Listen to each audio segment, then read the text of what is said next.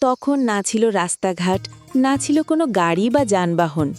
১৩ নম্বর স্যান্ডেলবিল গ্রামটা যেন পৃথিবীর বাকি অংশ থেকে আলাদা এক জগৎ। চারদিকে খোলা মাঠ, মাঝে মধ্যে বিলের জল আর ছড়িয়ে ছিটিয়ে কয়েকটা ঘর।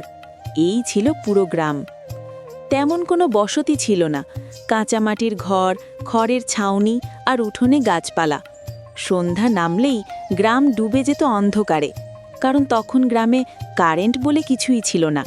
হ্যারিকেন, কুপি আর কখনো আগুনের আলোতেই কেটে যেত রাত। যোগাযোগের কোনো ব্যবস্থা ছিল না, না মোবাইল না টেলিফোন।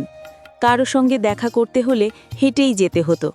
খবর পৌঁছাতো মানুষের মুখে মুখেই, কিন্তু তাতেই যেন সম্পর্কগুলো আরও গভীর ছিল। টিভি ছিল খুবই দুর্লভ জিনিস। সাদা কালো পর্দার টিভি দেখা যেত শুধু গ্রামের কিছু সচ্ছল বাড়িতে। রবিবার হলেই যেন উৎসব লেগে যেত, সিনেমা দেখার দিন। বিকেল থেকেই মানুষ জড়ো হতে শুরু করত। ছোট বড় সবাই একসাথে বসে থাকত, চোখ টিভির পর্দায়। খবর দেখানো হতো নির্দিষ্ট সময়, ১১টা, ১২টা আর ২টো। তখন সেই খবরই ছিল বাইরের পৃথিবীর সঙ্গে একমাত্র যোগসূত্র। যখন কোনো বাড়িতে ভিডিও চালানো হতো, তখন তো আনন্দের সীমা থাকত না। দূর দূরান্ত থেকে লোকজন এসে ভিড় করত। বড় করে পর্দা টাঙানো হতো, মাটিতে মাদুর পেতে বসে সবাই সিনেমা দেখত। হাসি, কান্না, হাততালি সব মিলিয়ে যেন এক ছোটোখাটো উৎসব। গরমকাল এলেই গ্রামের চিত্রটা আরও বদলে যেত। সবাই নিজের নিজের জমির উপর বসে আড্ডা দিত। কেউ গল্প করত, কেউ গান ধরত, আবার কেউ ভিডিও প্লেয়ার এনে সিনেমা দেখাতো। সেই আড্ডায় যোগ দিত আশেপাশের অনেক মানুষ। রাত যত বাড়ত, গল্প তত জমে উঠত। আর ছিল যাত্রাপালা। গ্রামে যাত্রা মানেই অন্যরকম উত্তেজনা। রাতভর চলত গান, অভিনয়, সংলাপ। মানুষ মুগ্ধ হয়ে দেখত। আর বড় পর্দায় সিনেমা হতো।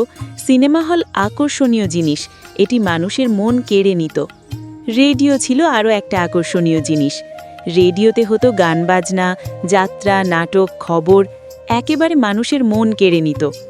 মেলা বসলে তো কথাই নেই। দোকান, খেলনা, মিষ্টি, নাগরদোলা, যাত্রা, বড় পর্দায় সিনেমা সব মিলিয়ে আনন্দে ভরে উঠত পুরো গ্রাম। এই গ্রামে বিভিন্ন রকম উৎসব হতো, যেমন দুর্গাপুজো, আর নদীর ধারে হতো মা দুর্গার বিসর্জন মেলা, ও হতো হরিনাম যজ্ঞ। এই গ্রামে যেন উৎসব লেগেই থাকত। এই সব সাধারণ অথচ আনন্দে ভরা দিনগুলোর মাঝেই বড় হচ্ছিল ছোট্ট কেদু।